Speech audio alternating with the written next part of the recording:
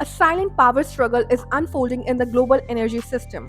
Recently, United States issued a temporary 30 days waiver allowing India to purchase Russian oil, cargoes already stranded at sea.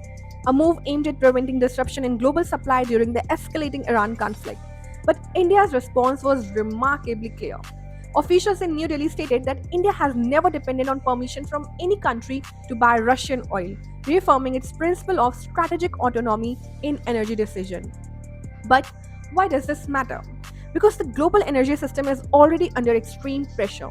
The Strait of Hormuz, through which about 20% of the world's oil passes, is facing serious disruption amid the Iran war, raising fear of major supply shock.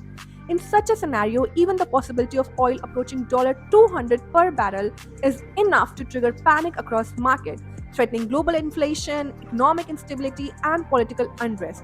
Meanwhile, another signal has emerged from Moscow. The Kremlin has announced that Russia will no longer disclose detailed data on its crude export to India, citing geopolitical pressure. So, what are we witnessing?